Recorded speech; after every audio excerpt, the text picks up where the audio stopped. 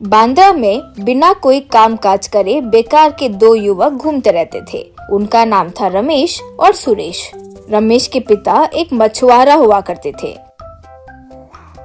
तो सुरेश के पिता मजदूरी का काम करते थे।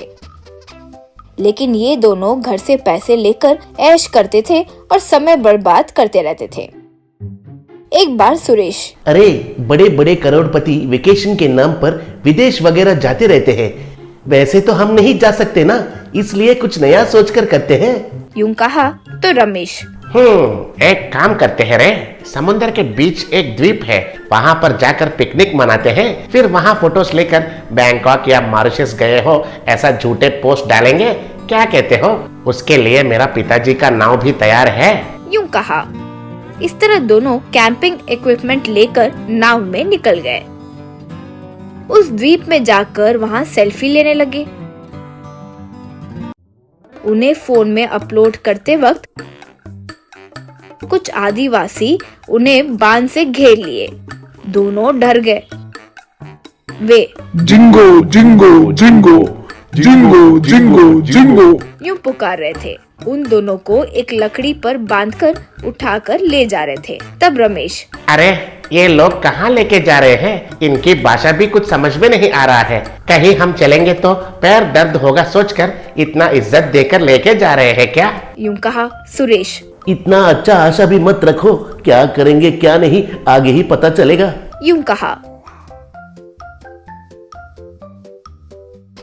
वे एक जगह पर ले जाकर उनके नायक को उनके बारे में बताए तो वो हु हा कुंबाशिया गुआ है हु हा। यूं कहा तो रमेश, क्या है रे वो, हमारा स्वागत कर रहे हैं क्या? यूं कहा। तब उन दोनों को गर्म पानी के घड़ों में खड़े करवाया। तब रमेश, अरे मैंने कहा ना, अतिथि का सम्मान कर रहे हैं, हमें स्नान करवाना है सोचकर ऐसा गर्म पानी में डाले हैं। यूं कहा तो सुरेश, तेरा मुंह रे, वे हमें पकाकर खाने के लिए सोच रहे हैं। यूं कहा तो रमेश, हे भगवान, अरे अरे अरे नहीं रे, नहीं नहीं नहीं, यूं पुकार रहा था। तब सुरेश को समझ नहीं आया कि वो क्या करे। तब वो हु हा हु गिली गिली गिली गिली गिली की शू शू शू हु हा हु यूं कहकर नायक से ये वो बात करने लगा। नायक को पता नहीं क्या समझ आया, लेकिन वो दोनों को बाहर निकालने के लिए बोल दिया। रमेश, अरे क्या बोला रे तुमने उसको? तुमको उनका भाषा आता है क्या? तब सुरेश, तुम मुंह बंद करो रे, बस अंधेरे में तीर चलाया, अब उनको कुछ न कुछ दिखाकर बचना होगा। यूं कहकर आसपास देखा तो वहाँ कुछ मछलियाँ, कुछ केकड़े दिखाई दिए। सुरेश, अरे इन्हें जलाकर खाने के अलावा और कुछ नहीं आता है शायद इनको, यही ठीक समय है, हम अपना पकवान इनको दिखाते हैं। कहकर वो प्रॉन्स दिखाकर जिंगा लला कु का कु कुकड़ू कु धुआ धुआ का का यूं कुछ कह रहा था तो नायक को कुछ समझ नहीं आया और जिंगा लाला बिम्बो बिम्बो कहकर ओके कहा हो जैसे हाथ घुमाया। तब सुरेश तुरंत जाकर अपने नाव से खाने का सामान लेकर आया। वहाँ सेटअप लगाकर आग पर प्रॉन्स जलाकर उन पर मसाला लगाया।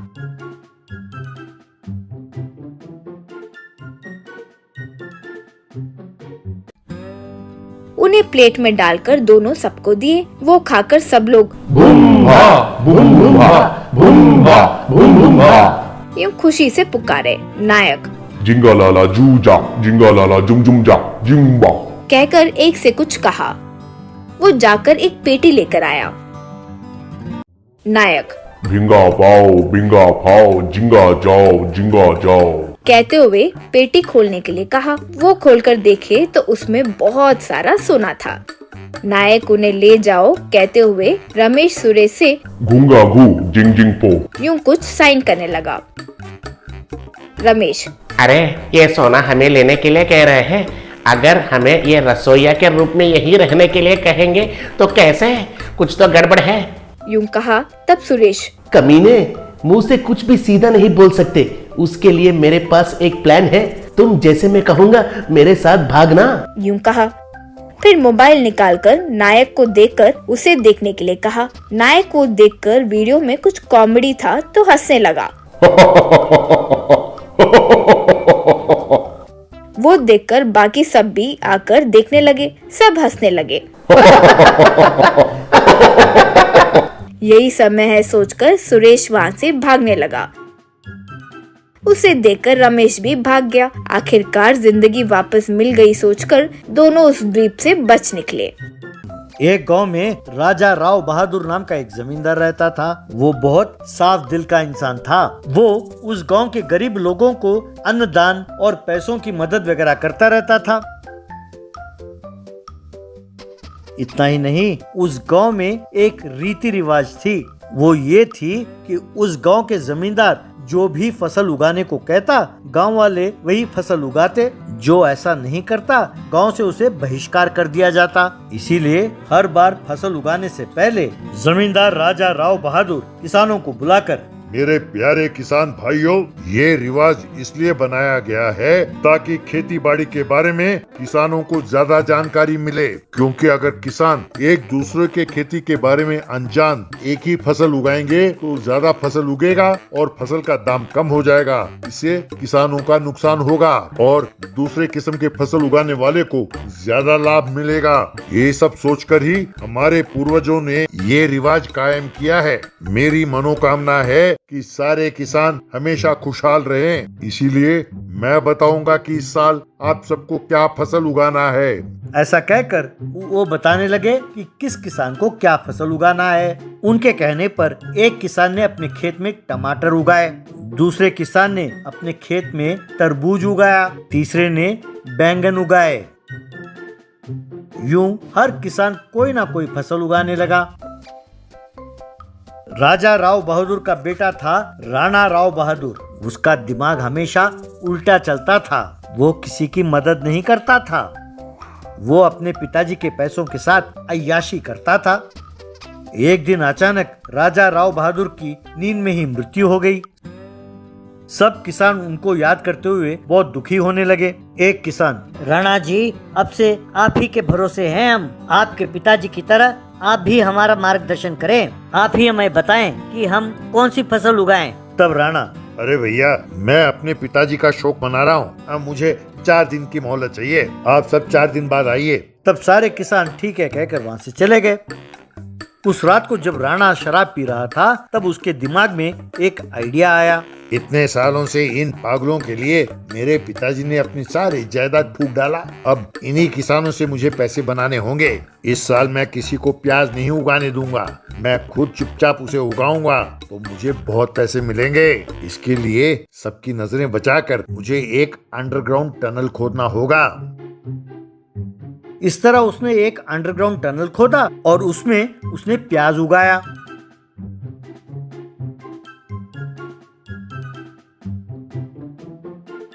फिर एक दिन उसने सब किसानों को बुलाया और मेरे कहने पर आप सब ठहरे, इसके लिए बहुत बहुत धन्यवाद। अब मैं जैसा कहता हूँ वैसे फसल उगाइए।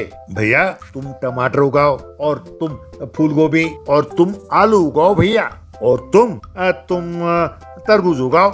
यूं वो सब किसानों को क्या क्या उगाना चाहिए बताने लगा। तब एक किसान, राणा जी, आपने सबको सारे फसल तो कह दिया उगाने के लिए, लेकिन लगता है आप प्याज उगाने के लिए कहना भूल गए। राणा, मैं भूला नहीं भैया। मुझे खबर मिली है कि आसपास के सारे गांव में वो सब प्याज ही उगा रहे हैं, इसलिए मैंने आप में से किसी को कहा नहीं। ठीक है, अब आप सब जा सकते हैं। ऐसा कहा और उन्हें भेज दिया। इस तरह उसके अंडरग्राउंड टनल में प्याज की अच्छी फसल उगी।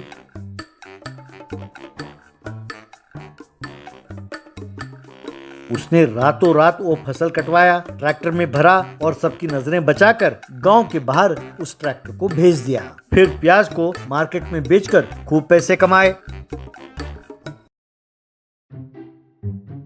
इस तरह हर बार अंडरग्राउंड टनल में प्याज उगाकर खूब पैसे कमाता हुआ राणा राव बहादुर मजे से रहने लगा।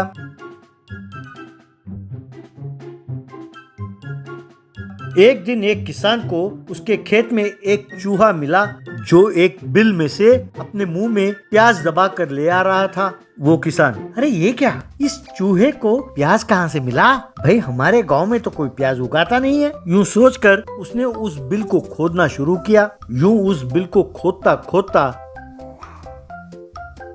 वो उस अंडरग्राउंड टनल में चला गया।